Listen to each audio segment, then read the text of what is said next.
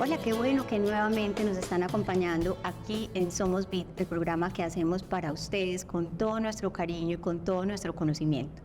¿Alguna vez les ha pasado que cuando van a un servicio de urgencias, ustedes llegan primero y después llega otra persona y atienden primero a la segunda persona?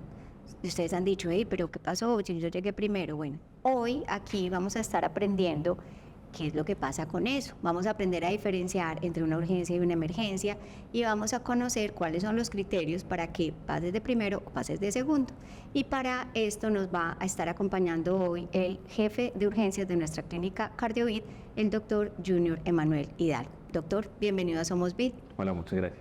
Qué bueno nuevamente por acá, porque sabemos que urgencias aquí es bastante movidita. Sí, señor. Nuestra clínica es una clínica de 4º grado de complejidad, que es el grado más alto en el tema de la complejidad médica. Por eso es muy importante que se queden con nosotros para saber cómo manejamos las urgencias aquí, y también les puede dar pistas y les puede dar una muy buena información para las urgencias en su EPS o en otras instituciones de salud. Así pues que, doctor Emanuel, empecemos en Claro que sí. materia.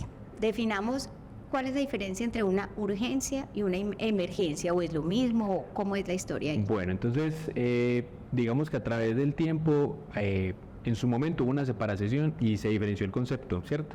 Sin embargo, hoy en día se maneja de forma a veces indistinto, y puede suceder que cuando uno consulte a cualquier IPS encuentre rotulado el servicio como urgencias, emergencias. A veces pueden encontrarse separados, sabiendo que hoy en día utilizamos ambos nombres para determinar un servicio que se encarga de la atención que es, digamos, en cierta medida inmediata.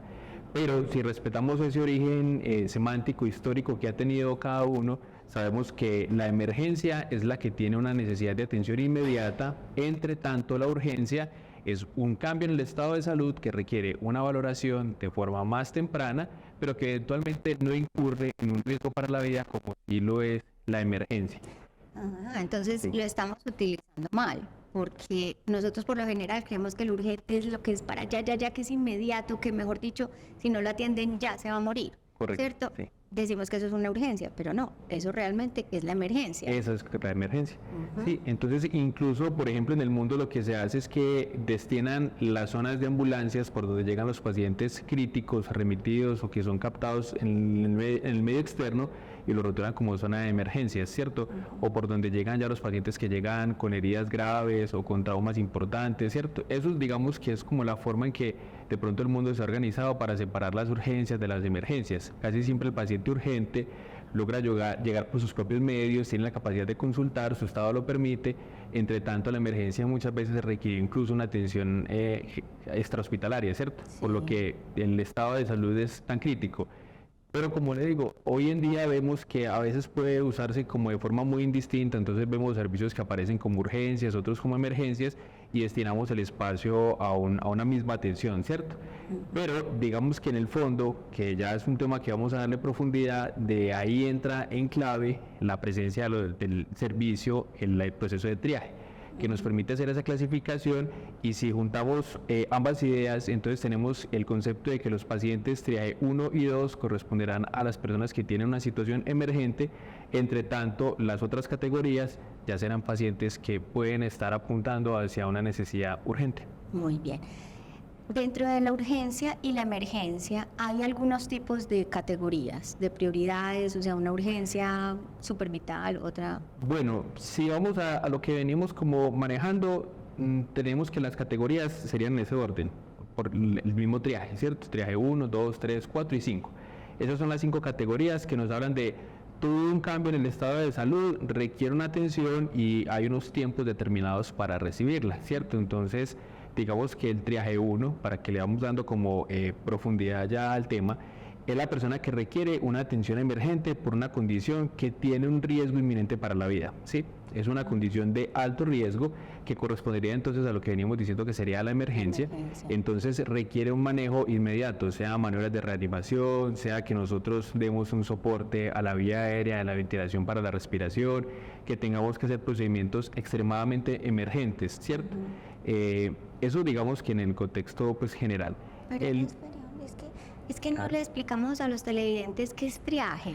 Perfecto, ¿cierto? claro. Creemos que Entonces me voy a devolver. Sí, Digamos bonito. que el triaje, ¿sí? Es una forma sistemática en la que evaluamos la condición del paciente y de acuerdo a distintos parámetros determinamos la necesidad en tiempo con la que hay que atenderlo. Así podemos decir quién es más necesario de atención inmediata por sobre otra persona. o sea, el triaje es una clasificación. Es una clasificación, ¿cierto? Y siempre es sistemática, entonces uno siempre utiliza un orden para hacer una aproximación que evite que lo hagamos como por simple azar, ¿cierto? Sino que tenemos un proceso, un orden que nos permite determinar esa gravedad y qué tan rápido hay que realizar la atención, ¿cierto?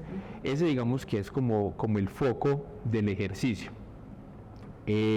Cuando uno hace la clasificación de triaje, hace una segregación en 5 categorías, ¿cierto?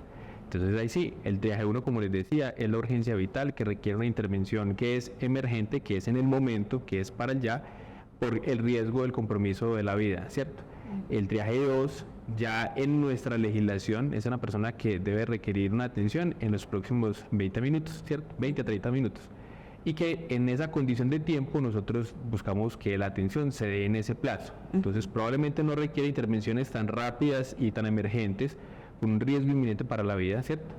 Pero que sí requiere atención urgente, que ya desde el momento de la clasificación uno tiene una orientación hacia dónde va el paciente y qué es lo que necesita. Entre tanto, ya los pacientes que son triaje 3, 4 y 5 pueden tener una valoración distinta. En nuestro medio, por lo regular, los pacientes, por ejemplo, que son triaje 4 y 5, son personas que entonces son susceptibles de la evaluación en la consulta externa o la consulta prioritaria, porque todos podemos estar en un momento en el que de un momento a otro amanecemos enfermos, ¿cierto? Pero que, por decir algo, la condición que tenemos permite que el acceso sea a través de la consulta o la consulta prioritaria. El servicio de urgencias emplea el triaje para determinar qué personas deben ingresar porque que requieren ayudas diagnósticas y procedimientos en el momento o que eventualmente es susceptible de una valoración por un médico en la parte de la consulta, tanto ambulatoria, ¿cierto?, programada, o como la consulta prioritaria. Hay que hacer una salvedad muy importante, y es que en esos términos no siempre una enfermedad grave quiere decir que sea emergente o urgente. El ejemplo más clásico que de pronto podemos emplear es, por ejemplo, los pacientes con cáncer, ¿sí? Tienen una enfermedad grave y que es una cosa que requiere atención, ¿cierto? Pero que dentro del espectro de la enfermedad pueden o no tener una condición urgente o emergente, ¿cierto? Entonces, hay condiciones propias del seguimiento que van a requerir una intervención muy grande, pero puede que en el momento de la razón de la consulta implique, si bien tienen una enfermedad grave, que no tengan una situación urgente o emergente. En otros casos hay otras patologías y otras presentaciones, por ejemplo, vamos a poner el caso de una fractura, ¿cierto? Es una enfermedad que por gravedad, digamos que en el momento inicial no puede ser extremadamente grave, pero que sí tiene una condición que implica una necesidad urgente, ¿cierto? Yo no me puedo quedar esperando como a ver qué pasa, ¿cierto? Entonces digamos que ahí también es muy importante entender ese concepto de que tener una enfermedad grave no quiere decir que tengamos una urgencia o una emergencia en curso.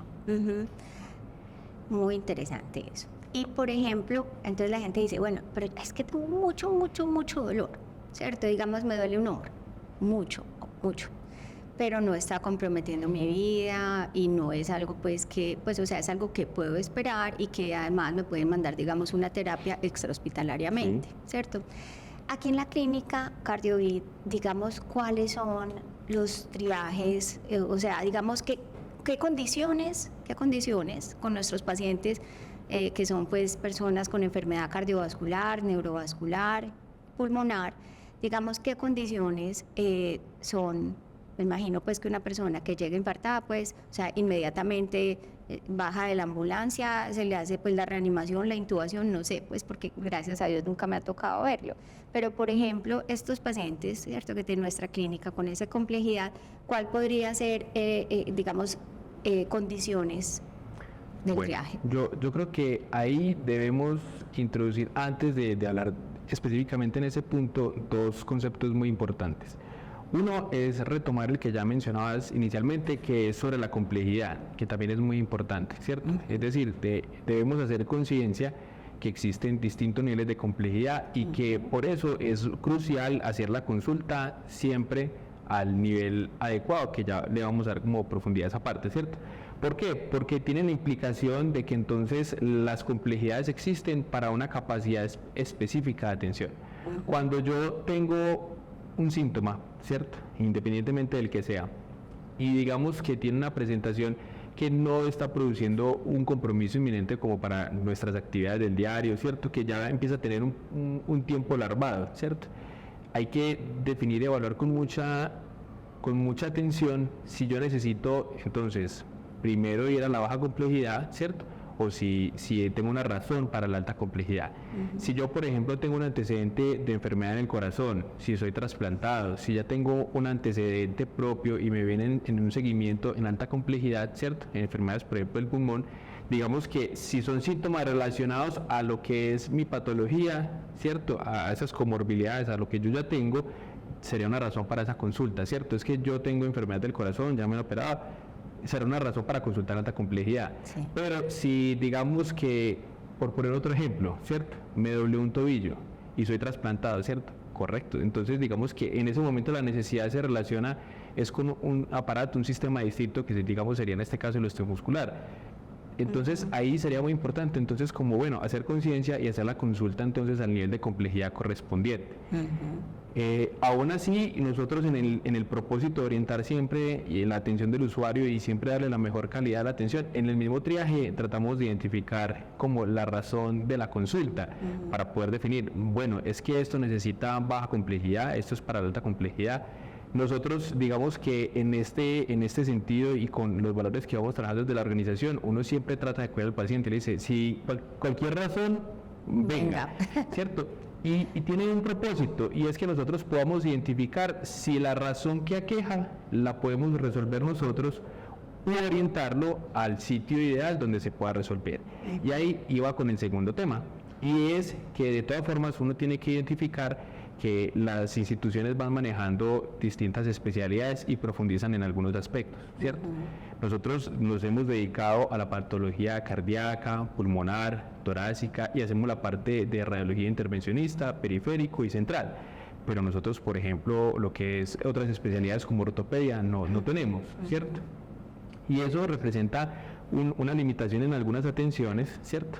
Que de todas formas hay que hacer como ese ejercicio de esa conciencia. Yo tengo una fractura, me doble un tobillo, pues no deberíamos hacer la consulta por cardiovascular, sí, ¿cierto? Claro. Es como el ejercicio, porque eso implica incluso una congestión para el servicio y la demora. Y todo el sistema es muy sutilmente delicado, ¿cierto? Entonces, si yo tengo un paciente de baja complejidad acá en mi servicio, entonces eso impide que el que está en la baja complejidad yo lo pueda recibir porque tengo ocupación y no funciona como si fuera un trueque, ¿cierto? Como yo decirle, bueno, yo le cambio uno por otro, pues no lo podemos hacer, ¿cierto? Sí. Entonces es muy importante que al momento de hacer esa consulta poder determinar, bueno, ese servicio tiene lo que yo necesito y es nuestra responsabilidad conocer con nuestra EPS o con nuestro asegurador, pues cuál es la red a la que nos corresponde, qué es lo que me aqueja y dónde están las especialidades o el nivel de complejidad que necesito. Ya yendo a nuestros pacientes, ¿cierto? Quienes, por ejemplo, tienen indicación de consultar por nosotros. Eventualmente, digamos que la primera línea siempre será los pacientes que tengan dolor en el pecho, ¿cierto? Dificultad para respirar, los pacientes que tengan alteración en el habla o pérdida de la fuerza en las extremidades, ¿cierto? Nuestros pacientes trasplantados que cuidamos y estamos atentos a todos sus síntomas, son como digamos de los focos pues, principales acá. Sí, súper bien. Entonces, ya sí podemos entrar en el detalle pues del triaje 1, 2, 4 y 5. Bueno, entonces, nos faltan muchos. Listo, dándole ya entonces como forma a cada una de las clasificaciones. Entonces les mencionaba, triaje 1 es el que llega en una condición crítica, hay ¿cierto? Que intubarlo. Ese es el que hay que darle reanimación. Hay que hacerle reanimación, si hay que hacerle un procedimiento que se llama cardioversión eléctrica, si hay que pasarle de pronto un tubo por el tórax, ¿cierto? Digamos que son como los que requieren atención emergente. Y que son invasivos, además. Y que ya tienen la necesidad, ¿cierto? Es el que termina con una carga fuerte de atención, ¿cierto? Ya el triaje 2, en nuestros medios, por ejemplo, el que tiene el infarto, pues el infarto tiene muchas categorías, ¿cierto? Hay uno en su presentación que requiere un cateterismo emergente, es decir, entrar por las arterias, hacer el estudio de las arterias del corazón y buscar si hay oclusiones que requieran un manejo, pues como en esa parte pues de la lesión. Hay otros que eventualmente no requieren ese procedimiento inmediato, sino que se quedan hospitalizados y el estudio se hace programado. Otros que son susceptibles de que aun cuando tienen el dolor, uno hace el estudio y probablemente sea susceptible de estudiar con métodos no invasivos para saber si definitivamente necesita el estudio de las arterias del corazón. Entonces, ese infarto que requiere ese manejo, que es de intervención inmediata, ese es un paciente que tiene categoría 2. Los pacientes que tienen un evento cerebrovascular también, porque van a requerir el estudio de la parte de la circulación cerebral, ver qué tan emergente es, ¿cierto? Es como el espectro más grande de lo que nosotros manejamos en nuestro campo, en materia de lo que nosotros manejamos en clínica cardioid. Ya lo que son pacientes triaje 3 son, por ejemplo, aquellos pacientes que vienen con dolores en el pecho, que se hacen sospechosos de que hay oclusión en las arterias del corazón. Probablemente van a requerir otros estudios en sangre, otros, dependiendo de eso, puede que definamos estudios con ecografía que hacemos nosotros para ver la función del corazón y determinar si requieren otros estudios o no. ¿Cierto? Eso es como nuestra categoría más grande en términos de lo que manejamos de forma más frecuente. Los trasplantados forman parte de un grupo poblacional distinto, ¿cierto? Entonces ellos siempre van a recibir una evaluación en las que buscamos que no tengan infecciones ocultas, que no tengan complicaciones asociadas al trasplante, ¿cierto? A los medicamentos que tienen que tomar para poder conservar el órgano trasplantado, ¿cierto? Y no importa cuánto tiempo lleven de trasplantados. No importa, eso sí es indistinto y es una naturaleza pues que digamos que siempre busca el estudio de estos pacientes. Y como somos alta complejidad, tratamos de distinguir esos pacientes que tienen causas de consulta que ya son larvados, ¿cierto? Que no comprometen sus signos vitales, que a la valoración del triaje se encuentran estables, y los orientamos para hacer la consulta y les ayudamos incluso a través de algunas estrategias distritales para poderlos ubicar en la IPS, que digamos que le pueda hacer la consulta prioritaria o le puede hacer la consulta general. Perfecto, doctor. Bueno, tristemente se nos acaba el tiempo aquí en Somos Vid, pero igual nos pueden escribir, pueden ponernos un correíto a comunicaciones@vid.org.co y aquí está el doctor Emanuel y todo el equipo del servicio de urgencias que se compone de una gran cantidad de profesionales, también de auxiliares de enfermería, o sea, laboratorio, todos están también aquí pendientes para atenderlos de manera muy especial pues a nuestros pacientes que son pues realmente de alta complejidad, pero pues bueno, esperamos que hoy hayan aprendido pues sobre este tema de urgencias y entendido un poco por qué a veces, aunque yo llegué primero, no me atienden de primero, ¿cierto, doctor? Muchas gracias por su tiempo. Con mucho gusto. Y a ustedes los esperamos en un próximo programa de Somos Vid. Hasta entonces.